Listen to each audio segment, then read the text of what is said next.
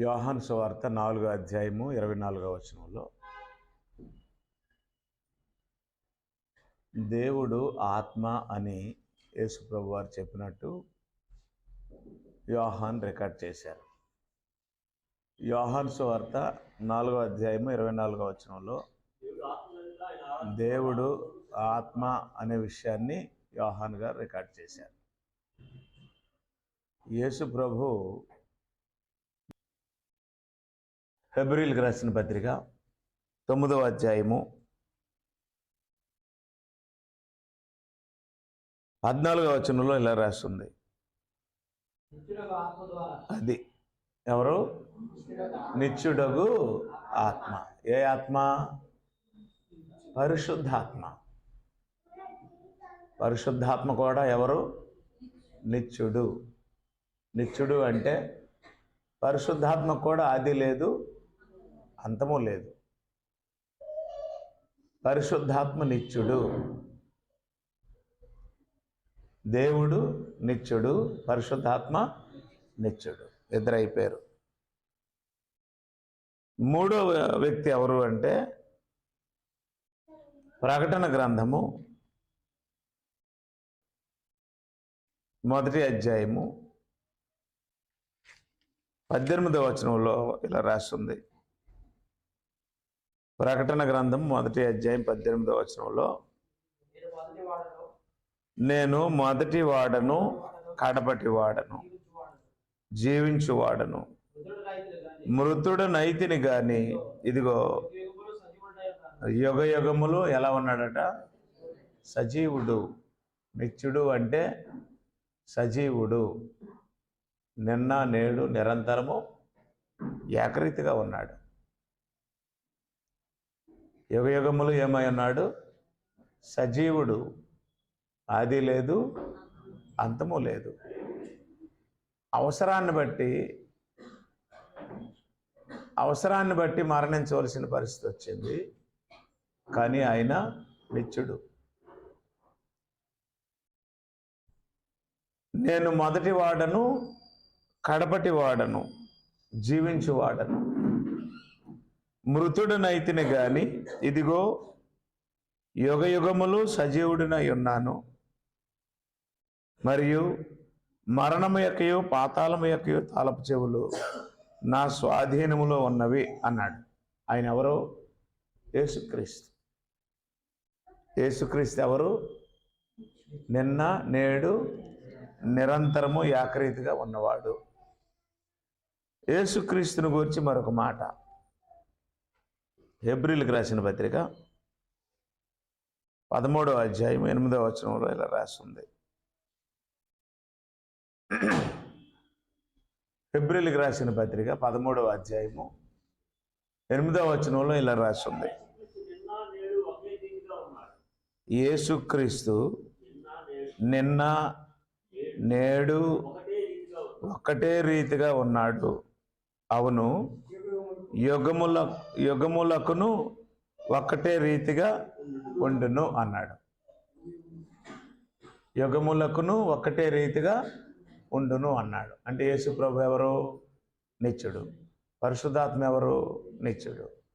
తండ్రి అయిన దేవుడు ఎవరు? నిత్యుడు. యేసు ప్రభు, యేసు క్రీస్తు అనేవి నిత్యత్వంలో లేవు.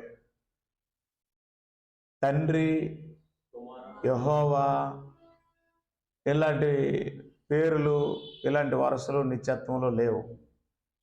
ఆదరణకర్త, సత్యస్వరూపి యొక్క ఆత్మ అని ఇక్కడ రాయబడినట్టు నిత్యత్వంలో లేవు. జగత్తు పునాది వేయబడక మునుపు వారు ముగ్గురు నిత్యులు.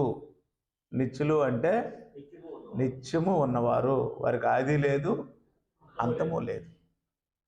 అలాంటి నిత్యులు నిత్యత్వంలో ఉన్నారు. ఇక్కడ 90వ కీర్తన 1-2 వచనాలు మనం చదివితే మోషే దేవుడి గురించి ఏం రాశాడంటే, ప్రభువా, తరతరముల నుండి మాకు నివాస స్థలము నీవే. భూమిని ఆకాశమును నీవు పుట్టింపక మునుపు యుగ యుగములు నీవే. ఈ యుగ యుగాలు అనే మాట యేసు ప్రభుకి వాడబడింది, యెహోవా దేవునికి వాడబడింది.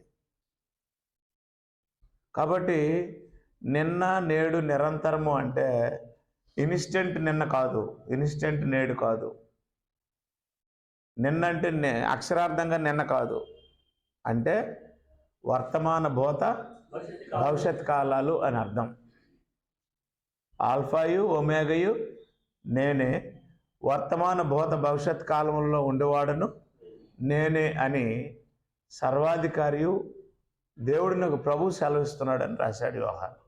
కాబట్టి ఇక్కడ మనకు అర్థమవలసిన విషయం ఏంటంటే దేవుడు నిత్యుడు, యేసుక్రీస్తు నిత్యుడు, పరిశుద్ధాత్మ నిత్యుడు. వీరు నిత్యులు, వీరికి చావు పుట్టుకలు లేవు, వీరికి ఆది అంతాలు లేవు. ముగ్గురు నిత్యులు ఉన్నట్టు బైబిల్ తెలియజేసింది. అయితే నిత్యులైతే ఎక్కడుంటారు? నిత్యత్వంలోనే ఉంటారు. జగత్తు పునాది వేయి పడకమును పొన్న నిత్యత్వంలో ఈ ముగ్గురు నిత్యులు. అక్కడ తండ్రని కుమారుడని వరస ఉండదు. యేసని క్రీస్తని పేర్లు బిరుదులు ఉండవు. యెహోవా అని పేరు లేదు అక్కడ నిత్యత్వంలో. యేసు అని పేరు లేదు ఆయనకి నిత్యత్వంలో. ఆదరణకర్త అని పేరు లేదు ఆయనకి నిత్యత్వంలో. అక్కడ ఎలా ఉన్నారు? నిత్యులే. అక్కడ నిత్యులే ఉన్నారు. పేర్లు ధరించుకోవడం, శరీరధారి అవడం, బిరుదులు ధరించుకోవడం అనేది సంకల్పానుసారంగా భూమి మీదకి వచ్చిన తర్వాత జరిగాయి తప్ప నిత్యత్వంలో ఉన్నప్పుడు వారు ఎలా ఉన్నారు? నిత్యులై ఉన్నారు. నిత్యులంటే చావు పుట్టుకలు లేని ఆద్యంత రహితులు ముగ్గురు ఉన్నట్టు బైబిల్ తెలియజేసింది. అప్పుడు ఈ ముగ్గురు నిత్యులు నిత్యత్వంలో ఉండగా వారు పరలోకాన్ని ఏర్పాటు చేసుకున్నారు. వారి నివాసం ఎక్కడుంది? నిత్య నివాసం. వారు నిత్యులైతే వారికి ఉన్న నివాసం ఎలాంటిది? నివాసం కూడా నిత్యమైనది. నిత్య నివాసం. నిత్య నివాసి అయిన వాడు ఎలాగూ సెలవిచ్చున్నాడు అని రాసింది బైబిల్. నిత్య నివాసి. ఏ నివాసి? నిత్య నివాసి. ఎక్కడ నివసిస్తాడు? నిత్యత్వంలో నివసిస్తారు. నిత్యులు నిత్యత్వంలోనే ఉంటారు. భూమి నిత్యత్వం కాదు. భూలోకం నిత్యత్వము. శాశ్వత జీవం భూమి మీద ఉండదు మానవుడికి. ఏ జీవరాశి కూడా భూమి మీద ఉండదు. ఇది నిత్యమైనది కాదు. భూలోకం శాశ్వతమైనది కాదు, నిత్యమైనది కాదు, నిత్యులు ఉండేది కాదు. అందువల్ల యేసుప్రభు భూమి మీదకి వచ్చి ఎక్కువ కాలం ఉండడానికి ఇష్టపడలేదు. ఎంతకాలం ఉన్నాడు? 33.5 సంవత్సరాలే ఉన్నాడు. ఆ తర్వాత నిత్యమైన ఉనికిపట్టులోనికి వెళ్ళిపోయాడు. ఎందుకంటే ఈ లోకము శాశ్వతమైనది, నిత్యమైనది కాదు. కాబట్టి నిత్యము ఉండే ఆ నిత్యులు నిత్యత్వంలో ఉన్నారు. ఆ నిత్యమైనటువంటి నివాసాన్ని వారు ఏర్పాటు చేసుకున్నారు. హెబ్రీయులకు రాసిన పత్రిక 3వ అధ్యాయంలో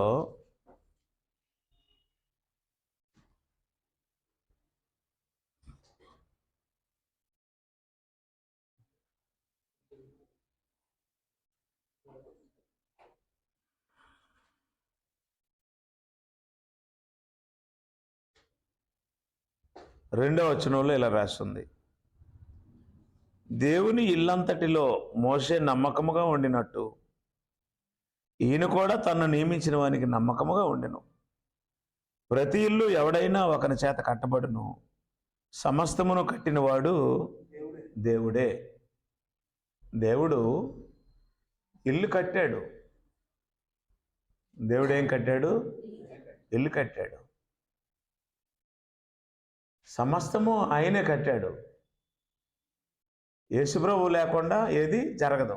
కలిగి ఉన్నదంతయు ఆయన మూలంగానే కలిగింది. కాబట్టి ఆ నిత్యుడు ఏం చేశాడంటే ఇల్లు కట్టాడు. ఆ ఇల్లు ఎలాంటి ఇల్లు? నిత్యమైన ఇల్లు.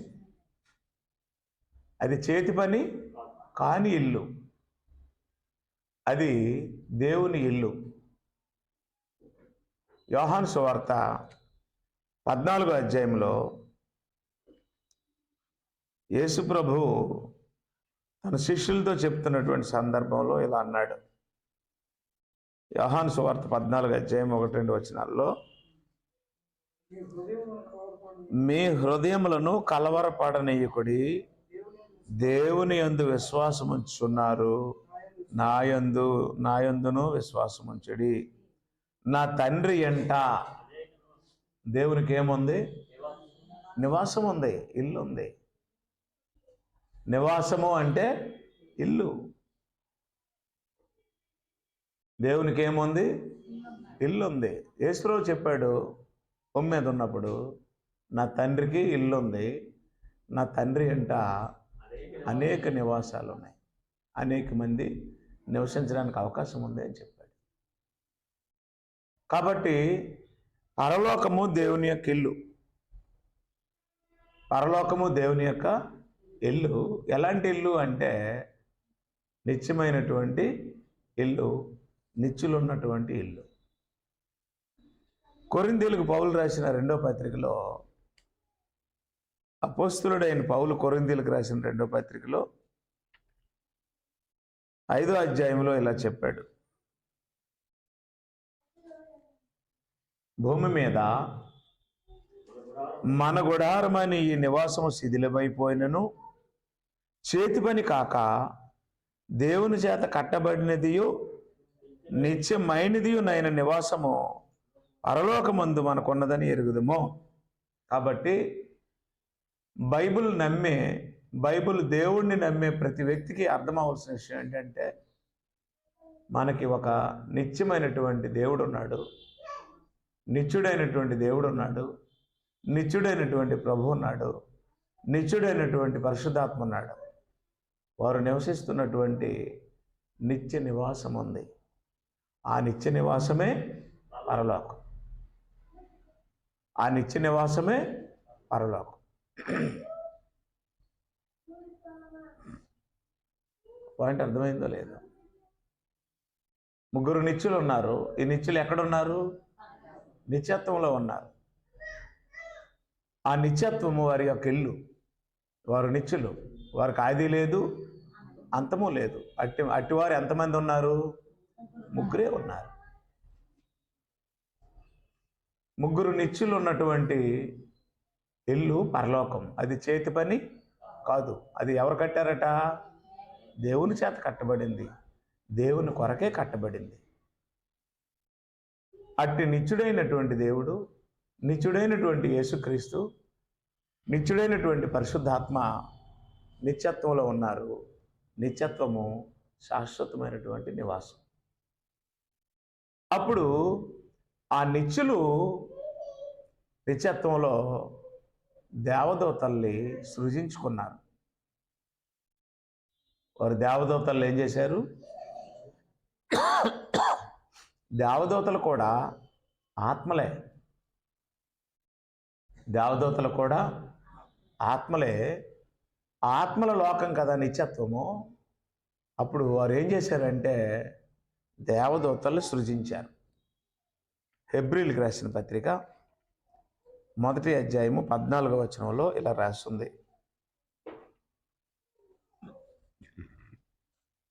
దేవదూతలు సృజించబడిన వారు. దేవదూతలు దేవుని కొరకు సృజించబడిన వారు.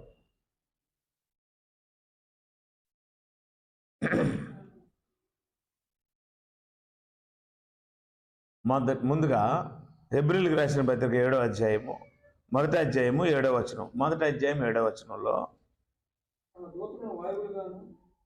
తన దూతలను వాయువులుగాను తన సేవకులను అగ్ని జ్వాలలుగాను చేసుకునేవాడని తన దూతలను గురించి చెప్పుచున్నాడు.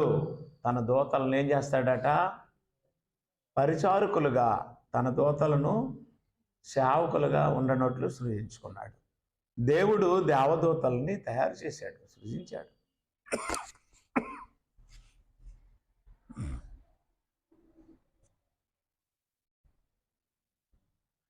హెబ్రీయులకు రాసిన పత్రిక 1వ అధ్యాయం 14వ వచనంలో, ఆ, ఆ, వీరందరూ రక్షణ స్వాస్థ్యం పొందబో వారికి పరిచారం చేయుటకై పంపబడిన సేవకులైన ఆత్మల కారా అన్నాడు దేవదూతల్ని. దేవదూతలు ఎవరు? పరిచారం చేయుటకై, పరిచారం చేయుటకై దేవుడు సృజించిన ఆత్మలు దేవదూతలు. దేవదూతలు సృజించబడిన వారే, అయితే వారు అదృశ్యమైన ఆత్మలు. పరిచారం చేయడంలో దేవుడు దేవదూతలు ఏం చేశాడంటే, కొన్నిసార్లు మనుష్య రూపంలో భూమి మీదకి పంపించాడు. దేవదూతలు భూమి మీదకి వచ్చి మానవుల యొక్క ఆహారాన్ని భుజించారు. ఆదికాండం 18 అధ్యాయంలో ఎండవేళ మమ్రే దగ్గర సింధూర వృక్షము యొద్ద అబ్రహాం కూర్చున్నప్పుడు 3 మనుషులు ఆయన దగ్గరకు వచ్చారు. అప్పుడు అబ్రహాం ఆ 3 ఆహ్వానించి కాలు కడుక్కోవడానికి నీళ్ళు ఇచ్చి వారికి అద్భుతమైన ఆహారాన్ని పెడితే వారు భోజనం చేశారు. వారెవరు? దేవుని చేత సొదొమ గొమొర్రాలని నాశనం చేయడానికి పంపించబడిన దేవదూతలు. అయితే కొన్నిసార్లు దేవదూతలు మానవ రూపాల్లో వచ్చి మానవుల యొక్క ఆహారం వారు భుజించారు. వారు దేవదూతలు. కాబట్టి మరియమ్మ దగ్గరికి దేవదూత వచ్చాడు. గాబ్రియేలు అనే దేవదూతను పంపించాడు. అలాగే ఎలిజబెత్ దగ్గరికి దేవదూత వచ్చాడు. ఎలిజబెత్ భర్త ఏం పేరు? ఆయన పేరు ఎలిజబెత్ భర్త జకరియా దగ్గరికి దేవదూత వచ్చాడు. మనోహ దగ్గరికి దేవదూత వచ్చాడు. యెహోషువ దగ్గరికి దేవదూత వచ్చాడు. ఇలా బైబిల్లో అనేక మంది భక్తుల దగ్గరికి దేవదూతలు వచ్చి సమాచారం చెప్పినట్టు మనం చూస్తాం. వారందరూ ఎవరు అంటే దేవదూతలు. ఈ దేవదూతలు కూడా ఆత్మలే. దేవదూతలు కూడా ఆత్మలే. అయితే దేవుని పిల్లలు కారు. వారు ఎలాంటి ఆత్మలో నాకు తెలియదు, కానీ దేవుని స్వరూపాలు కారు. అప్పుడు దేవుడు ఏం చేశాడు అంటే మానవులను సృజించాడు. ఆదికాండము 1 అధ్యాయము 26వ వచనంలో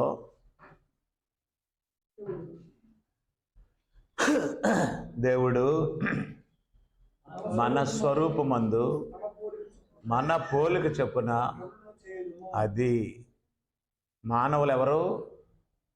దేవుని స్వరూపమందు సృజించబడిన ఆత్మలు. మానవులు దేవుని స్వరూపమందు సృజించబడిన ఆత్మలు. నరులు కూడా ఆత్మలే. నరులు కూడా ఆత్మలే. యెహెజ్కేలు గ్రంథము 3వ అధ్యాయము 19వ వచనంలో ఇలా రాస్తుంది. యెహెజ్కేలు గ్రంథము 3వ అధ్యాయం 19వ వచనంలో ఇలా రాశాడు భక్తుడు ఆత్మలని.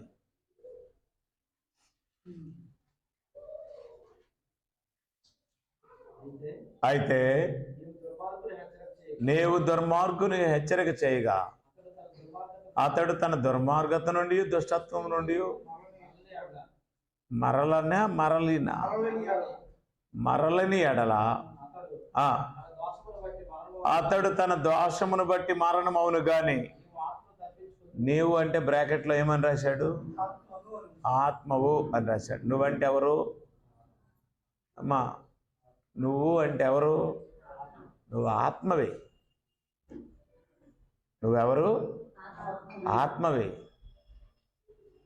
22వ వచనం 21 చదువు. అయితే పాపము చేయవలదని నీతి గలవాని నీవు హెచ్చరిక చేయగా, ఆ నీతి గలవాడు హెచ్చరింపబడి పాపము చేయక మాని ఎడల అతడు అవశ్యముగా బ్రతుకును. అదిగో నీ మట్టుకు నీవును అంటే ఎవరు? ఆత్మవు. నీవంటే ఎవరు? రైట్. సంఘం అందరికీ అర్థం అవ్వాలి ఈ విషయం, మనుషులందరికీ అర్థం అవ్వాలి ఈ విషయం. నీవెవరు? ఆత్మవి. నేనెవరు? ఆత్మని. మనుషులందరూ ఎవరు? ఆత్మలు. దేవదూతలు ఎవరు? ఆత్మలు. దేవదూతలు ఎవరు? ఆత్మలు. దేవదూతలు ఎవరు సృజించారు? దేవుడే సృజించాడు. మరి దేవుడు ఎవరు? ఆత్మ. దేవుడు ఎవరని యేసుప్రభు వచ్చి చెప్పాడు? ఆత్మని వచ్చి చెప్పాడు. యేసుప్రభు ఎవరు? ఆత్మే. పరిశుద్ధాత్మ ఎవరు? ఆత్మే. నిత్యత్వంలో వారు ఆత్మలు. నిత్యమైనటువంటి శాశ్వతమైనటువంటి ఆత్మలు వారు. అటు నిత్యమైన శాశ్వతమైనటువంటి ముగ్గురు వ్యక్తులు ఆత్మలుగా నిత్యత్వంలో ఉన్నారు. ఆ శాశ్వతమైనటువంటి ముగ్గురు వ్యక్తులు నిత్యత్వాన్ని వారికి నివాసంగా చేసుకున్నారు. దాన్ని తండ్రి ఇల్లు, పరలోకము, శాశ్వతమైనటువంటి ఇల్లు, శాశ్వతమైనటువంటి ప్రదేశము అని చెప్పారు. ఆ రకంగా దేవుడు నిత్యత్వంలో నిత్యుడు, యేసుప్రభు నిత్యుడు, పరిశుద్ధాత్మ నిత్యుడు. ముగ్గురు నిత్యులు ఉన్నదే నిత్యత్వం. ఆ నిత్యత్వం వారి యొక్క నివాసం. ఆ నిత్యత్వంలో వారు నివసిస్తూ ఉన్నారు. వారు ఏం చేశారు అంటే దేవదూతలు సృష్టించారు. దేవదూతలు ఎందుకు సృష్టించారు అంటే తమ స్వరూపమందు తమ పోలికలో సృజించబడిన నరులకు సేవ చేయడానికి సృష్టించారు. దేవునికి సేవ చేయడానికి సృష్టించారు. దేవదూతలు అటు దేవునికి ఇటు నరులకు పరిచారకులు. దేవునికి సేవ చేస్తారు, నరులకి సేవ చేస్తారు. వీరందరూ రక్షణ అను స్వాస్థ్యము పొందబో వారికి పరిచారం చేయుటకై పంపబడిన ఆత్మల కారా అన్నాడు దేవదూతల్ని. కాబట్టి దేవదూతల్ని దేవుడు ఎందుకు సృష్టించాడు? దేవునికి పరిచారం చేస్తారు, రక్షణ అను స్వాస్థ్యం పొందబో వారికి పరిచారం చేస్తారు. దేవదూతలు పరిచారకులు. దేవదూతలు పరిచారకులు. అలాగే దేవుడు ఏం చేశాడు అంటే ఆయన స్వరూపంలో ఆయన పోలికలో నరునికి జన్మనిచ్చాడు. ఆయన స్వరూపము ఆయన పోలిక అనేది శరీరం కాదు. ఆయన స్వరూపము ఆయన పోలిక అనేది ఆత్మకు సంబంధించింది. దేవుడు నరుణ్ణి ఆత్మగా సృజించాడు. నరులు కూడా ఆత్మలే. అయితే ఇక్కడ ఒక విషయం ఉంది. దేవునికి నరులకి వ్యత్యాసం ఏమిటి అంటే దేవుడు ఆది అంతము లేనివాడు, నరుడు ఆది ఉన్నవాడు, అంతము లేనివాడు. నిత్యత్వంలో ఎంతమంది ఉన్నారు? వారెవరు? నిత్యులు, ఆత్మలు. వారికి ఆది లేదు, అంతము లేదు. వారి లోకమే లోకం, నిత్యత్వం. పరలోకం అన్నా నిత్యత్వం అన్నా ఒకటే. దానికి కూడా ఏమి లేదు, అంతము లేదు. అది ఎవరిల్లు?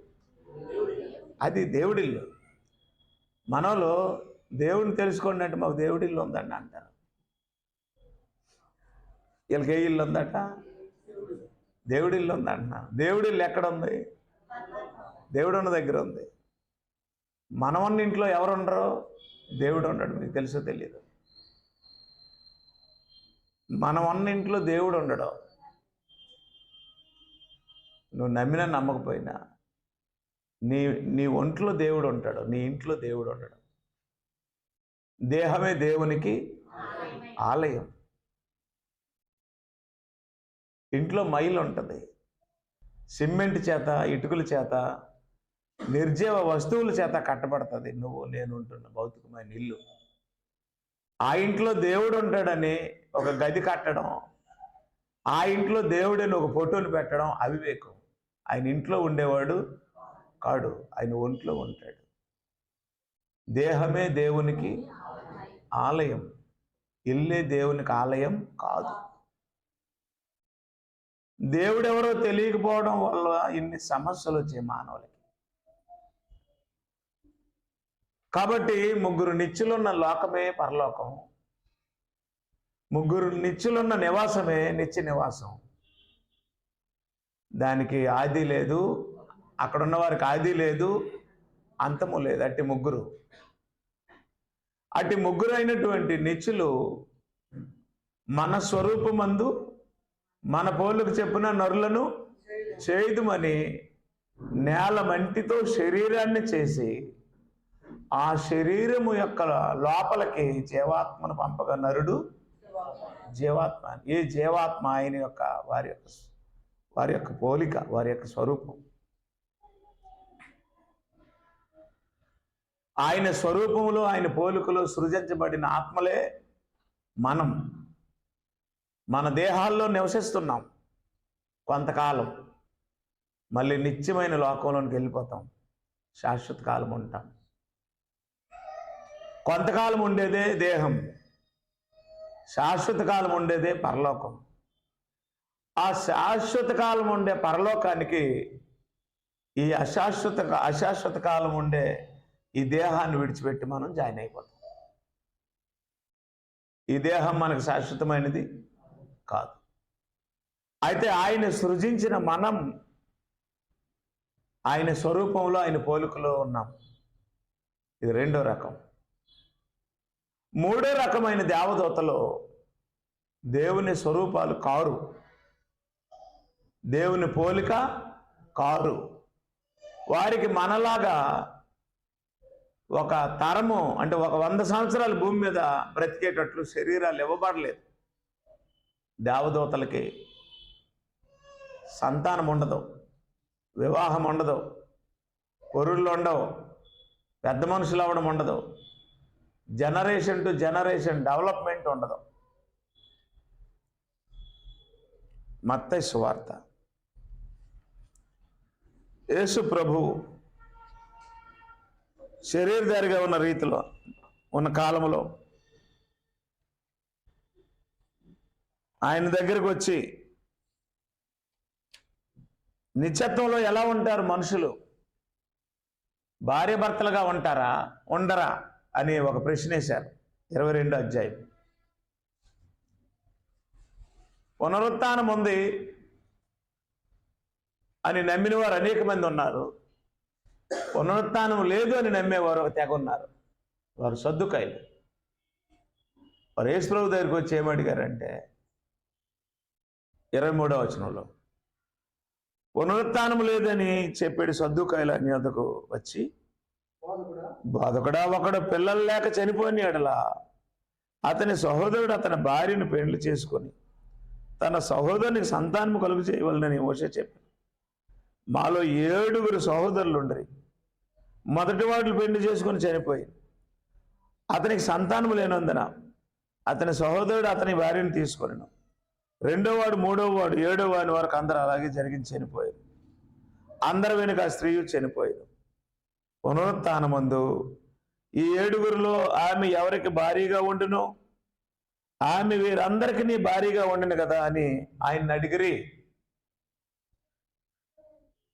పునరుత్థానం లేదని అపహాస్యం చేసిన సద్దుకాయలు వచ్చి, పునరుత్థానం ఉందంటున్నావు కదా, మరి పునరుత్థానం ఉంటే పునరుత్థానం తర్వాత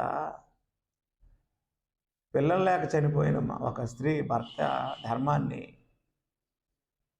సహోదరుడు జరిగించాడు. 7 సహోదరులు చనిపోయారు, ఆమె చనిపోయింది. అప్పుడు పునరుత్థానంలో అంటే నిత్యత్వంలో ఈమె 7 భార్య అవుతుందా అని అడిగారు. అప్పుడు యేసు వారు ఏం చెప్పారు చూడండి, 29వ వచనంలో, అందుకు యేసు, లేఖనములను కానీ దేవుని శక్తిని కానీ ఎరగక మీరు పొరపడుచున్నారు. పునరుత్థానమందు ఎవరునూ పెండ్లి చేసుకున్నారు, పెండ్లికి ఇవ్వబడరు. వారు పరలోకమందున్న దూతల వలె ఉందరు. కాబట్టి దేవదూతలకి ఏముండదు?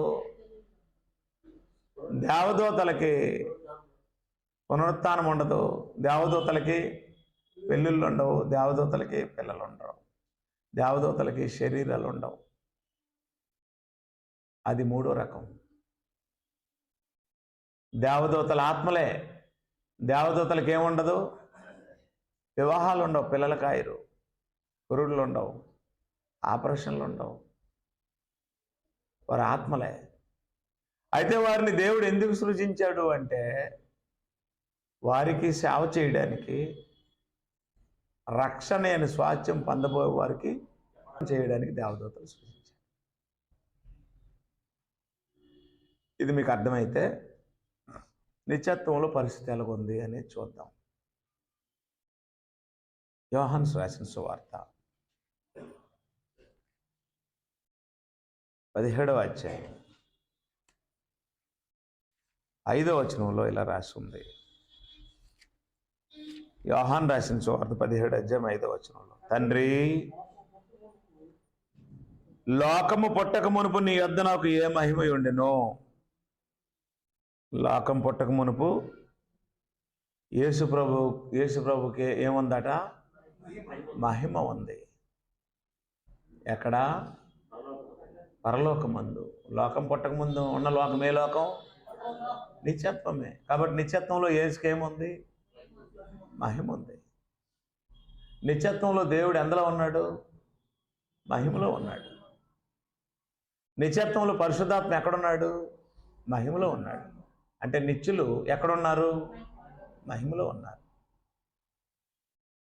లోకం పుట్టక మునుపు ఈ నిత్యులు పరలోకంలో ఉన్నారు. పరలోకము మహిమతో నిండబడింది. ఆ మహిమలో యేసుప్రభు ఉన్నాడు.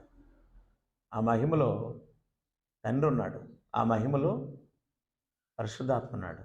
మళ్ళీ చెప్తున్నాను, అక్కడ ఆయన తండ్రి కాడు, నిత్యుడే. అక్కడ ఆయన కుమారుడు కాడు, నిత్యుడే. అక్కడ ఆయన ఆదరణకర్త కాడు, నిత్యుడే. ముగ్గురు ఆత్మలు ఉన్నారు.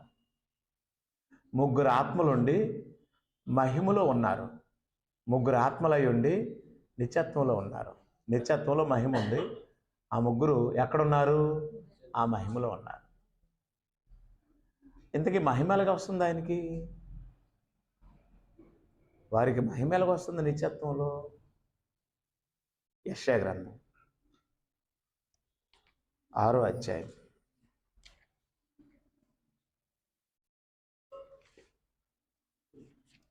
6వ అధ్యాయం 3వ వచనంలో ఇలా రాసి ఉంది.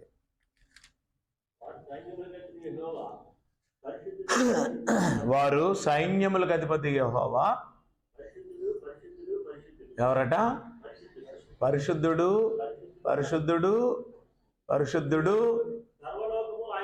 సర్వలోకము ఆయన మహిమతో నిండి ఉన్నది అని గొప్ప స్వరముతో గాన ప్రతిగానములు. రైట్, అది మహిమ.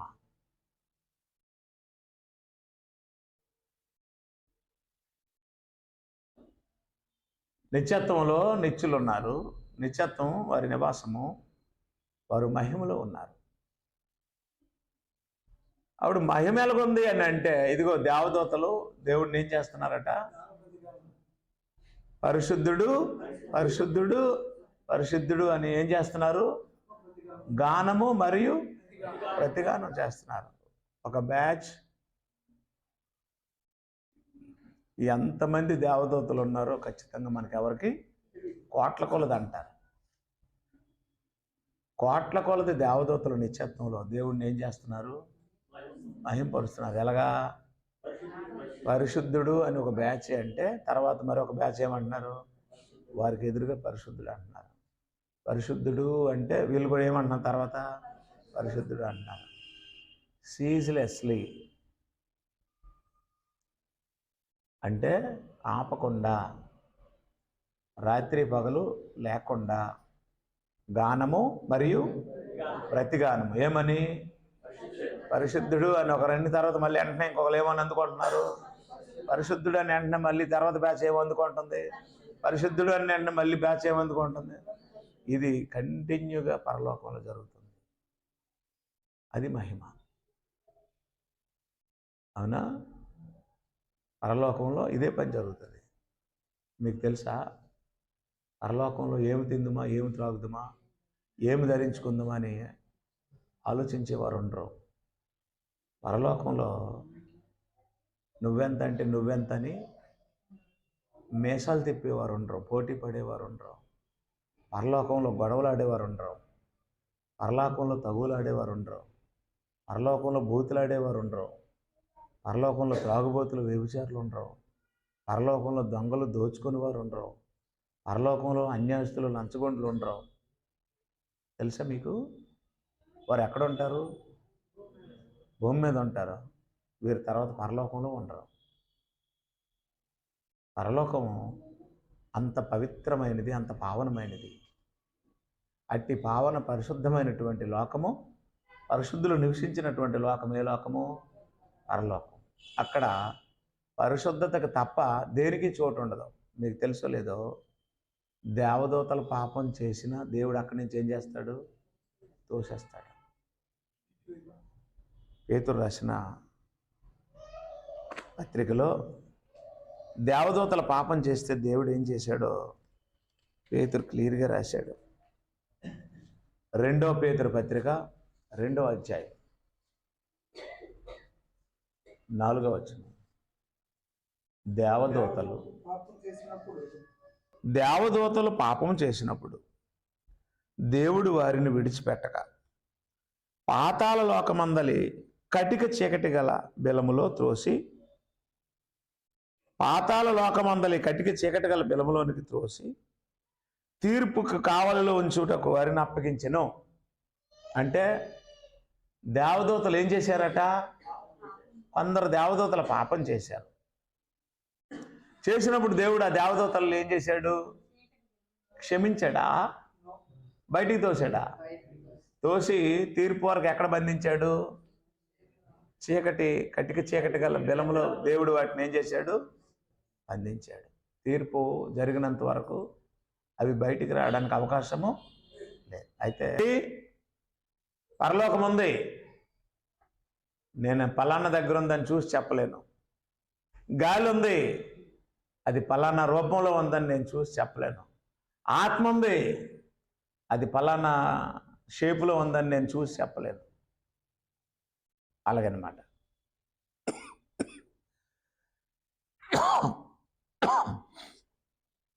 దేవదూతలు ఉన్నారు, పాపం చేశారట కొంతమంది దేవదూతలు పాపం చేస్తే దేవుడు వాటిని పరిశుద్ధ లోకంలో ఉంచడు. ఏదైనా తోటలో పాపం చేసిన పాపిని ఉంచాడా? బయటికి తోసాడా? పరలోకంలో పాపం చేసిన దేవదూతలు ఉంచాడా? బయటికి తోసేస్తాడా? పాపం అంటే ఏంటి? దేవుడికి ఇష్టం లేనిది ఏదైనా, అది ఇష్టం లేనిది ఏదో చేశారు, ఆయన మాట వినలేదు. అప్పుడు దేవుడు వాటిని ఏం చేశాడు? బయటికి పంపించి కటిక చీకటి గల ఒక బిలమును ఏర్పాటు చేసి తీర్పు వరకు మీరు ఎక్కడ ఉండండి అని బంధించేశాడు. అవి ఉన్నాయి, తెలుసా మీకు? వాటిని విడిపించే శక్తి ఎవరికి లేదు. తీర్పు నాడు అవి బయటకు వస్తాయి దేవదూతలు. చాలామందికి అర్థం కాక ఆ దేవదూతల్లోనే ఒక దేవదూత సాతాను అయిపోండి అని బోధిస్తున్నాడు. ఈ దేవదూతల్లో ఒక దూత సాతాను అవడానికి అవకాశము లేదు. ఎందుకు లేదు? They were already sealed. దేవుడు వాటికి ఏమేసాడు? సీలేసి చేశాడు. బయటికి రావడానికి అవకాశము లేదు. సాతాను వేరు, ఈ దూతలు వేరు. యెషయా గ్రంథం 14వ అధ్యాయంలో పడిపోయాడు లూసిఫరు అని రకరకాలు చెప్పారు కదా. మీకు తెలుసో లేదో, లూసిఫర్ అంటే దేవునికి అతి ప్రియమైన దేవదూత పేరు. అది సాతాను పేరు కాదు. లూసిఫర్ సాతాను అంటున్నారు చాలామంది తెలియక. లూసి అంటే మంచి దేవదూత. ఓకేనా? రైట్. 3 కేటగిరీలు ఉన్నారు. 1 నిత్యులు, 3 ఆద్యంత రహితులు, 2 దేవదూతలు, దేవుని సేవకి, మానవ సేవకి సృజించబడిన వారు, 3 మనుషులు, దేవుని స్వరూపంలో దేవుని పోలికలో చేయబడిన మానవాత్మలు, జీవాత్మలు. ఓకేనండి, రైట్. అప్పుడు దేవుడు ఏం చేశాడంటే, దేవుడు మహిమలో ఉన్నాడు, యేసుప్రభు మహిమలో ఉన్నాడు, పరిశుద్ధాత్మ మహిమలో ఉన్నాడు. అక్కడ ఏముంటుంది నిత్యత్వంలో? నిత్యత్వం పైనే ఉందనుకోండి, అక్కడ ఏముంటుంది? మహిమే ఉంటుంది. ఇక్కడ ఏముంటుంది? మట్టే ఉంటుంది. ఇక్కడ భూలోకంలో ఏముంటుంది? మట్టే ఉంటుంది. అక్కడేముంటుంది? మహిమ ఉంటుంది. ఇక్కడ అంతా మట్టే కదా. అర్థం లేదా? అంతా ఎక్కడి నుంచి వస్తుంది? మళ్ళీ అంతా ఎక్కడికి వెళ్ళిపోతుంది? మీరు ఏదైనా సరే ఆలోచించండి. ఏ పదార్థమైన ఎందులో నుంచి వస్తుంది? మట్టిలో నుంచి వస్తుంది, తిరిగి మళ్ళీ మట్టికే వెళ్ళిపోతుంది. అక్కడేముంటుంది? ఎక్కడేముంటుంది? అంతే. అక్కడేముంటుంది? ఎక్కడేముంటుంది? అంత మట్టే. పాట ఉంది, మట్టే కదయ్యా, అంతా మట్టే కదయ్యా, మహిళలోనిది అంత మట్టే కదయ్యా. మట్టి కాని ఆత్మ ఉంది దేహంలో, అంతా మట్టే. కానీ మట్టి కాని ఒక ఆత్మ ఉంది నీ దేహంలో, ఉందా లేదా? అది మట్టి కాదు. నీ దేహం మన్నే, నువ్వు తింటున్న ఆహారము మన్నే, మన్నులో నుంచి వస్తుంది. నువ్వు ధరించుకున్న బట్టలు, నువ్వు ఖర్చు పెట్టుకున్న సొమ్ము, నువ్వు కట్టుకున్న ఇల్లు, నీ బట్టలు, నువ్వు రాస్తున్న పెన్ను, నీ చేతిలో ఉన్న నోట్సు, కంటికి కనిపించిన ప్రతి పదార్థము మట్టిలో నుంచి నీ చేతికి వస్తుంది. నువ్వు కూడా మట్టిలో నుంచి వచ్చావు, తిరిగి మళ్ళీ ఏమైపోతావు? మట్టి అయిపోతావు. మట్టి కాని మహిమ లోకములో నుండి దేవుని స్వరూపం ఒకటి వచ్చింది. అదేంటి అంటే ఆత్మ. ఓకేనా? ఎందుకు దేవుడు ఇలా చేశాడు అంటే, ఎఫెసీయులకు రాసిన పత్రిక, ఎఫెసీయులకు రాసిన పత్రిక 3వ అధ్యాయము 14వ వచనంలో ఇలా రాసి ఉంది. ఎఫెసీయులకు రాసిన పత్రిక 3వ అధ్యాయం 14వ వచనంలో,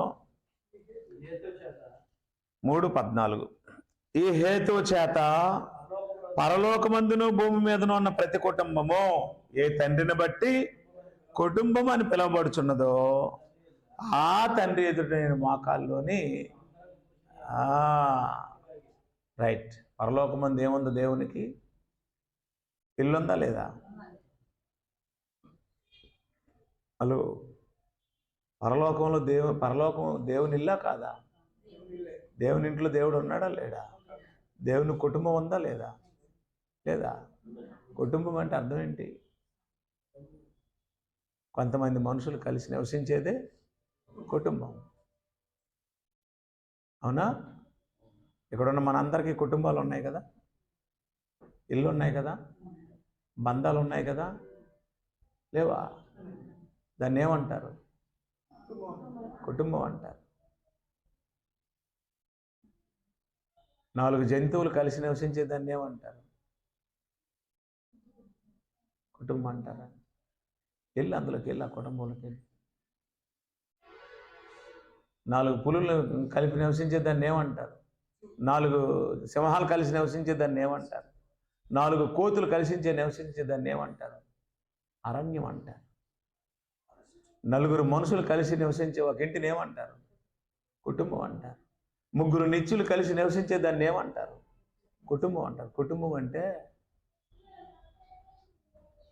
వ్యక్తుల కలయిక వల్ల, వ్యక్తుల జీవనం వల్ల, వ్యక్తుల నివాసం వల్ల, వ్యక్తుల సహవాసం వల్ల ఉండేదే కుటుంబం. ఓకేనా? రైట్. ఇప్పుడు దేవుడు ఎక్కడున్నాడు? ఎంతసేపు చెప్పినా మీకు అర్థం అవ్వలేదు. దేవుడు ఎక్కడున్నాడు? నిత్యత్వంలో ఉన్న ఆ సహవాసాన్ని ఏమన్నారు? ఒక కుటుంబం అన్నారు. నిత్యత్వంలో ఉన్న సహవాసాన్ని ఏమన్నారు? ఒక కుటుంబం అన్నారు. అది సౌర కుటుంబం కాదు, దేవుని కుటుంబం. ఆ కుటుంబం ఎవరి కుటుంబం? దేవుని కుటుంబం. ఆ కుటుంబంలో నిత్యులు ఉన్నారు, ఆ కుటుంబంలో దేవదూతలు ఉన్నారు, ఆ కుటుంబంలో ప్రధానులు ఉన్నారు, అధికారులు ఉన్నారు. తెలుసా మీకు? ప్రధానులు ఉన్నారు, అధికారులు ఉన్నారు. దేవదూతల్లో కేటగిరీస్ ఉన్నాయి. అక్కడ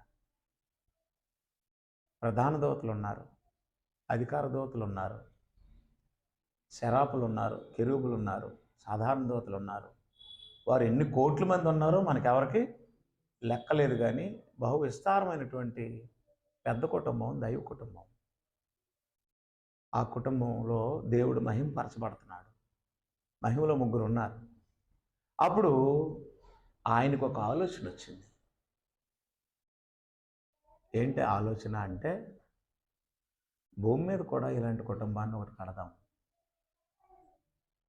భూమి మీద కూడా లైక్ వైజ్ ఫ్యామిలీని తయారు చేద్దాం అన్నాడు. అంచేత ఆయన బ్రాంచ్ పెట్టాలనుకున్నాడు. సిఎంఆర్ వాళ్ళకి బ్రాంచ్లు ఉన్నాయి లేవా? అవి మీకు తెలుసు. సౌత్ ఇండియా షాపింగ్ వాళ్ళకి బ్రాంచ్లు ఉన్నాయి లేవా?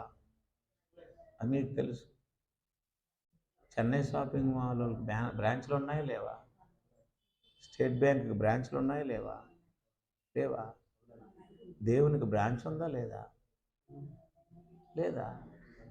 ఇప్పుడు పెడతానంటున్నాడు ఆయన. పరలోకమందు, భూమి మీద 2 కుటుంబాలు ఉండాలి. పరలోకంలో ఆల్రెడీ కుటుంబం ఉంది. దేవుడు పరలోకాన్ని నివాసంగా క్రియేట్ చేసుకొని ముగ్గురు నిత్యులు ఆ నిత్యత్వంలో ఉంటూ దేవదూతల్ని వారి పరిచారం కోసం ఏర్పాటు చేసుకున్నారు. అది పెద్ద కుటుంబం. అప్పుడు దేవుడు ఏం చేశాడంటే, భూమి మీద కూడా ఇలాంటి కుటుంబం, ఒక కుటుంబం ఉండాలని మానవులకి జన్మనిచ్చాడు. మానవులకి ఏమిచ్చాడు? సాతాను ఆదమవ్వలకి ఏమేశాడు? ముందు పళ్ళు వేసాడు. పళ్ళు మీద ఏమేశాడు? వలేశాడు. వాళ్ళు ఏం చూశారు? ఆ పళ్ళే చూశారు, కానీ కిందనున్న వలను చూడలేకపోయారు. ఆ వలలో పడిపోయారు. వల ఏదేని తోటలోకి వేసి బయటికి లాగేశాడు. వచ్చారా లేదా? సర్వనాశనం అయిపోయారు. ఒక కొడుకుని చంపేశాడు. అది ఎంత బాధో. పెద్ద కొడుకు చిన్న కొడుకుని కొట్టేశాడు, రక్తం కారినట్టు కూడా చంపేశాడు. కాబట్టి దయతో మీరు గుర్తుంచుకోండి, పరలోకంలో దేవుడు యేసుప్రభు పరిశుద్ధాత్మ ఉన్నారా లేరా? ఎక్కడున్నారు? మహిమలో ఉన్నారు. మహిమ ఎవరి ద్వారా వస్తుంది? దేవదూతలు ఏమని పాడుతున్నారు? పరిశుద్ధుడు, పరిశుద్ధుడు, పరిశుద్ధుడు, పరిశుద్ధుడు అని మానక రాత్రింబగళ్ళు గాన ప్రతిగానములు దేవుణ్ణి చేస్తున్నారు. అది అక్కడ నివాసంలో ఉండే పరిస్థితి. అట్టి మహాదేవుడు ఏమనుకున్నాడంటే, భూమి మీద కూడా ఇలాంటిది ఒకటి తయారు చేస్తే ఎలాగుంటుంది, భూమి మీద కూడా ఇలాంటిది ఒకటి ఏర్పాటు చేస్తే ఎలాగుంటుంది అని అనుకొని, అప్పుడు దేవుడు ఏమన్నాడు? మన స్వరూపమందు మన పోలిక చెప్పున నరులను తయారు చేయాలి. అక్కడ మహింపరుస్తున్నది ఎవరు? దేవదూతలు. ఇక్కడ మహింపరచవలసింది ఎవరు? మానవాత్మలు. అక్కడ ఆత్మలే, ఇక్కడ ఆత్మలే. అక్కడ ఆత్మలకి ఇక్కడ ఆత్మలకి తేడా ఏంటి? అక్కడ కుమారులు కాని దేవదూతలు, ఇక్కడ కుమారులు కుమార్తెలైనటువంటి మానవాత్మలు. అక్కడ దేవదూతలు, ఇక్కడ మానవాత్మలు. అప్పుడు దేవుడు ఏం చేశాడంటే, ఇక్కడ నాకు ఎలాగైతే మహిమ ఉందో, ఇక్కడ మనం ఎలాగైతే మహిమలో ఉన్నామో, భూలోకంలో కూడా మనకేముండాలి? మహిమ ఉండాలని కోరుకున్నాడు. కోరుకున్న తర్వాత ఏం చేశాడంటే, ప్లాన్ చేశాడు. ఎఫెసీ పత్రిక 3వ అధ్యాయము 21వ వచనం చదివి, 3వ అధ్యాయము 20వ వచనం. మనలో కార్య సాధకమైన తన శక్తి చెప్పున మనం అడుగు వాటన్నిటికంటేనూ ఊహించి వాటన్నిటికంటేనూ అత్యధికముగా చేయ శక్తి గల దేవునికి క్రీస్తు యేసు మూలముగా క్రీస్తు సంఘములో తరతరములు సదాకాలము. రైట్. ఇప్పుడు చెప్పండి, నిత్యత్వంలో దేవుడు ఎందులో ఉన్నాడు? మహిమలో ఉన్నాడు. ఇప్పుడు భూమి మీద కూడా దేవుడు ఎందులో ఉండాలని కోరుకున్నాడు? మహిమలో ఉండాలని కోరుకున్నాడు. అందుకు కట్టాడు క్రీస్తు సంఘం. క్రిస్టమస్ చేయడానికి కట్టలేదు క్రీస్తు సంఘం. క్రిస్టమస్ చేస్తే దేవుడు మహిమ పోతుంది. క్రిస్మస్ చేసిన, ఈస్టర్ చేసిన, గుడ్ ఫ్రైడే చేసిన ఉన్న మహిమ పోతుంది. మహిమల్లో ఉండాలి అంటే దేవుడిని క్రీస్తు సంఘం ఏం చేయాలి? మహింపరచాలి. అక్కడ మహింపరుస్తున్నది ఎవరు? ఇక్కడ మహింపరచవలసింది ఎవరు? మనం అంటే ఎవరు? సంఘం. క్రీస్తు సంఘాన్ని దేవుడు ఎందుకు కట్టాడు? ఆయన మహిమ కొరకు కట్టాడు. అలా కట్టడానికి ఆ నిత్యత్వంలో ఉన్న ఒక నిత్యుడిని, ఆ దేవునితో సమానుడిగా ఉన్న ఒక దేవుడిని శరీరధారిగా భూమి మీదకి పంపించాడు. ఆయన వచ్చి భూలోక సంబంధమైన రక్తం కాకుండా, భూలోక సంబంధమైన బుద్ధితో కాకుండా, భూజనులకున్నటువంటి స్వభావంతో కాకుండా సత్య స్వభావంతో పరిశుద్ధమైన రక్తాన్ని భూమి మీద ఒలికించి మనల్ని అందరినీ కొనేశాడు సాతాను దగ్గర నుండి, విడిపించాడు సాతాను దగ్గర నుండి. మన రుణము మనం వడ్డీ కడుతున్నాం. మనం పాపాలు చేసి సాతానికి ఏం కడుతున్నాం? వడ్డీ కడుతున్నాం. మనం డబ్బులు అప్పుడాం, సాతానికి రుణస్తులమయ్యాం. రుణం తీర్చలేక నెలలు ఏం కడుతున్నాం? నెలలంటే మీరు నెలకు ఒక పాపం అనుకోకండి, రోజుకు ఒక పాపం చేస్తున్నాం కదా. రోజు మనం ఏం చేస్తాం? భూజనులు ఆయన ఆత్మలే. ఎవరాత్మలు? దేవుని స్వరూపాలే. పరలోకంలో దేవుడిని మహింపరుస్తున్నది ఎవరు? భూలోకంలో దేవుడిని మహింపరచవలసింది ఎవరు? క్రీస్తు సంఘస్థులు. వారు ఆత్మలే, మనము ఆత్మలమే. వారికి మనకు తేడా ఏంటి? వారు పిల్లలు కాదు, మనము పిల్లలం. వారు ఎక్కడున్నారు? పరలోకంలోనే ఉన్నారు. మనం ఎక్కడున్నాము? భూమి మీద నుండి పరలోకం వెళ్ళవలసిన వారు అయి ఉన్నాం. ఇక్కడ దేవుడిని మన జీవితాంతం ఏం చేయాలి? మహింపరచాలి. అందుకు ఇచ్చాడు జన్మ, అందుకు కట్టాడు క్రీస్తు సంఘం. మనం దేవుడిని ఏం చేయాలి? మహింపరచాలి. అందుకు కట్టాడు క్రీస్తు సంఘాన్ని. క్రీస్తు సంఘం ఎందుకు కట్టాడని ఎవరైనా అడిగితే ఏం చెప్పాలి? దేవుని మహిమ కొరకు దేవుడు కట్టాడు. అక్కడ పరలోకంలో మహిమ ఉంది, ఇక్కడ భూలోకంలో క్రీస్తు సంఘంలోనే దేవునికి మహిమ ఉంది. అందుకు కట్టాడు క్రీస్తు సంఘం.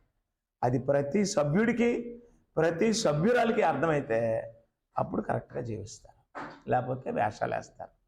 అది ప్రతి యవనస్తుడికి తెలియాలి, ప్రతి యవనస్తురాలకి తెలియాలి. నీ జీవితం ఆయన మహిమ కొరకు ఇవ్వబడింది. అలాగని దేవుడు నీకు పెళ్లి చేసుకోవద్దని చెప్పలేదు, చదవద్దని చెప్పలేదు, ఉద్యోగం చేయొద్దని చెప్పలేదు, వ్యాపారం చేయొద్దని చెప్పలేదు, సంసారం చేయొద్దని చెప్పలేదు. ఇవన్నీ మీరు చేసుకుంటూ ఎవరిని మహింపరచాలి? దేవుడిని మహింపరచాలి. అందుకు మీ అందరికీ వందనాలు.